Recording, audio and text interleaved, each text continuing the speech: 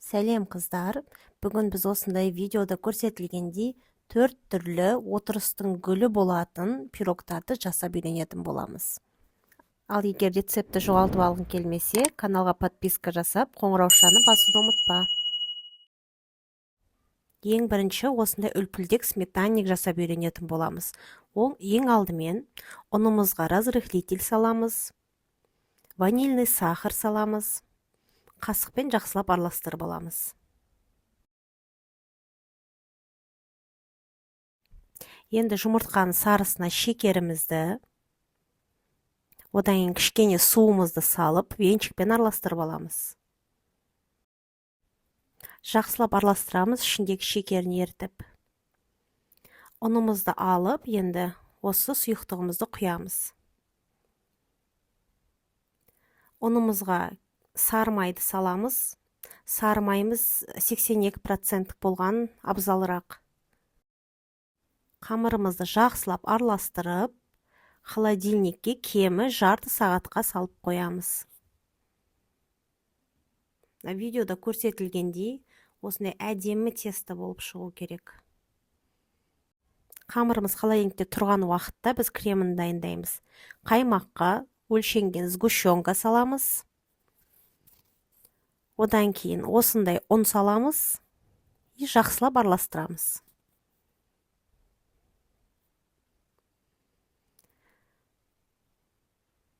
Бір шетке алып қойып, енді жұмыртқаның қалған ағы, соған шекерімізді салып, жақсылап араластырамыз.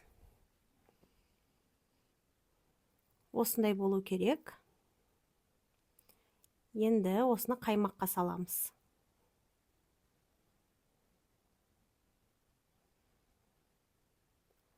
Жақсылап араластырамыз. Біздің креміміз дайын. Енді осындай форма керек болады бізге. 24 немесе 26 сантиметрлік болады диаметрі. Қамырымызды алып, жақсылап жайып шығамыз.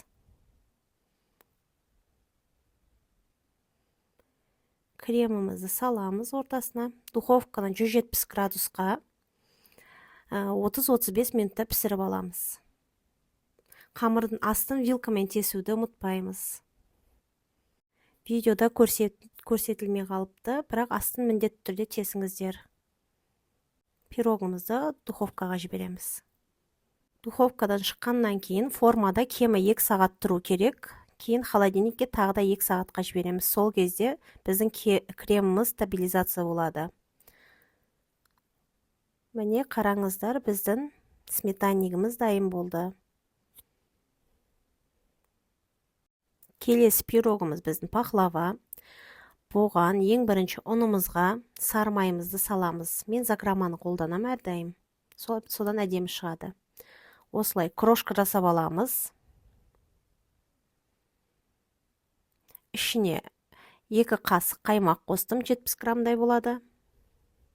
Астына рецепттің барлығын жазып қалдырып кетемін граммен. Кішкене тұз қосамыз. Разрыхлитель қосамыз. Ванильный сахар қосамыз. И жұмыртқаны саламыз. Жақсылап барлығын араластырып аламыз. Дайын болған тестаны холодильникқа кемінде жарты сағатқа қойып қоямыз. Осындай тесто болу керек. Енді начинкасын дайындаймыз. Жаңғағымызды қолмен турасаңыздар да болады, пышақпен, болмаса блендермен өтілесіңіздер.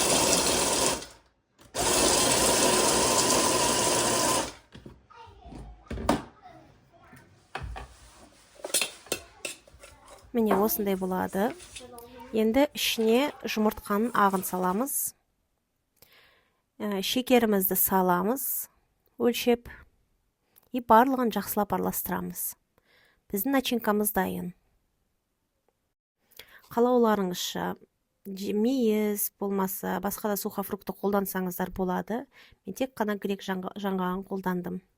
Осылай қамырымызды 3 бөлікке бөлеміз. Біреуі үлкен, екеуі кішкентай. Дөңгелектеп алып, осылай. Енді қамырды жаятын боламыз. Өте нәзік қамыр. Аккуратно осылай жайып аламыз. Қазір енді осыны формаға саламыз.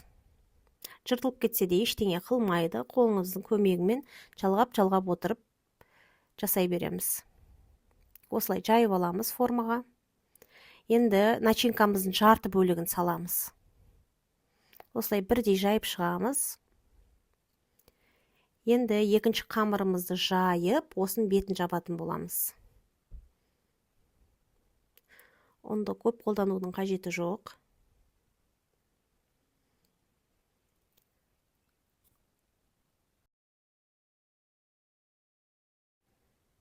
Осылай бетін жабамыз. Ана жыртылған жерлерін көрсеңіздер, қолымыздың көмегімізбен осылай жақсылап жан-жағына жабыстырып шығамыз. Начинкамыздың екінші бөлігін осының бетіне саламыз.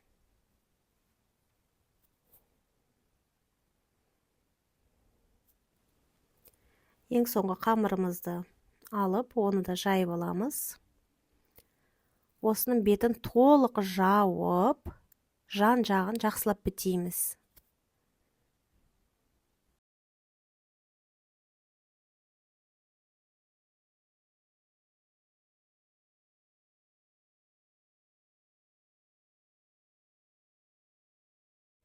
Пышақтың көмегімен осылай бетіне ромбиктер сызып шығамыз.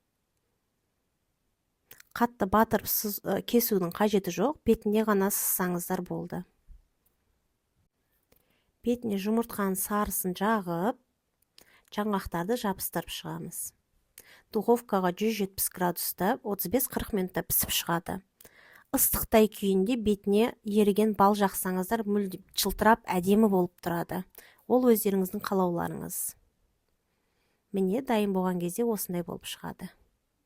Дәмі деген өте керемет болады. Келесі пирогымыз біздің банафи пай. Ол жасау үшін ең бірінші ұнымызға сахарная пудра саламыз. Разрыхлителімізді саламыз. И сары майымызды салып, жақсылап араластырып аламыз.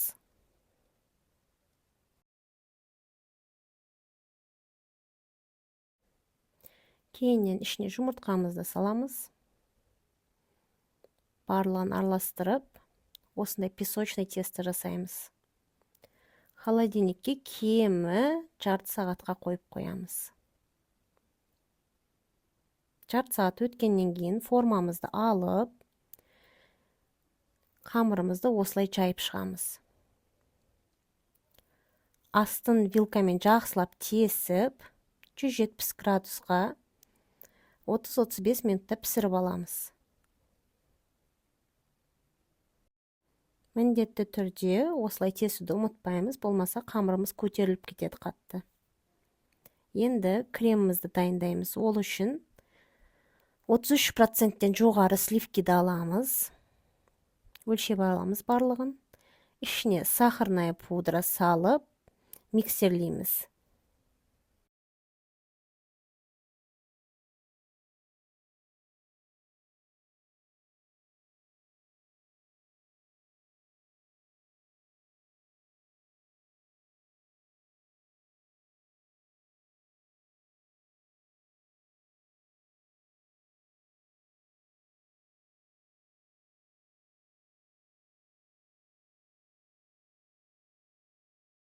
Пісіріп алған коржымызға вареный сгущенканы жағамыз.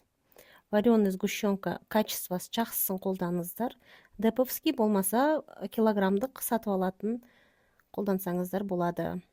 Осылай жағып шығамыз. Кем 1-2 қасық жетеді. И бананымызды осылай қойып шығамыз. Кішкентай 2 банан болмаса үлкен 1 банан жетеді. Кейін дайын болған кремімізді, осындай болады креміміз. Кулекқа салып, осылай кремді жағып шығамыз бетіне. Насадка кәдімгі выпипайдың креміне арналған, насадканы пайдалансаңыздар болады. Бетіне сәндік үшін осындай фисташковая муканы сеуіп шықтым.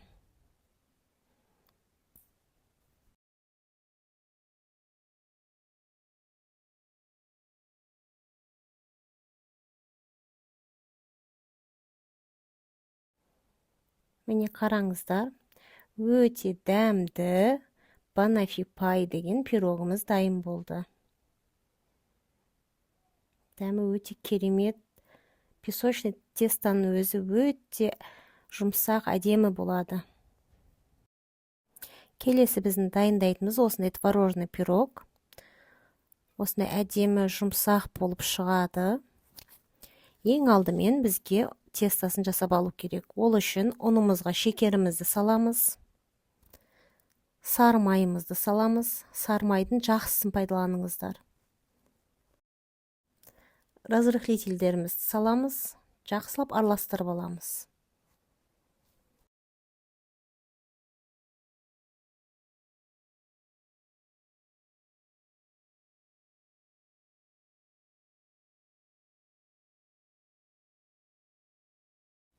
Осындай крошка болу керек. Енді жұмыртқамызды саламыз. Жақсылап илеп, әдемі жұмсақ қамыр жасаймыз. Қамырымыз осындай болу керек. Холодильникке өздеріңіз білесіздер, жарты сағатқа кемі қойып аламыз. Енді ішіне кремін жасаймыз. Творогымызды өлшеп аламыз осылай.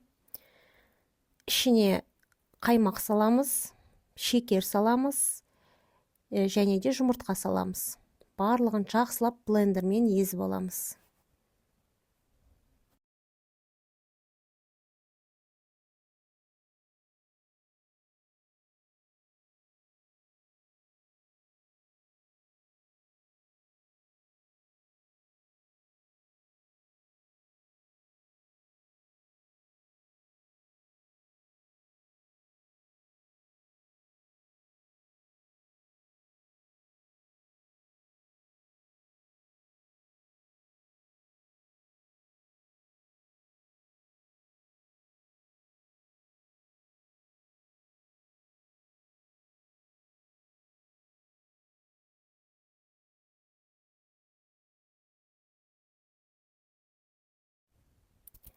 Креміміз сұйықтау болып шығады, одан қорқудың қажеті жоқ.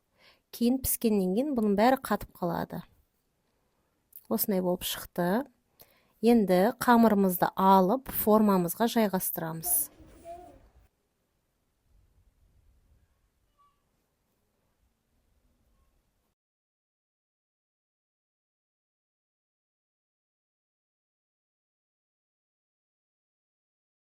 Енді массамызды құйып, өзіміздің қалауымызша кез келген жидекті пайдалансақ болады. Мен бұл жерде малинаны қолдандым. Духовкаға 170 градуста 35-40 минутта пісіріп аламыз.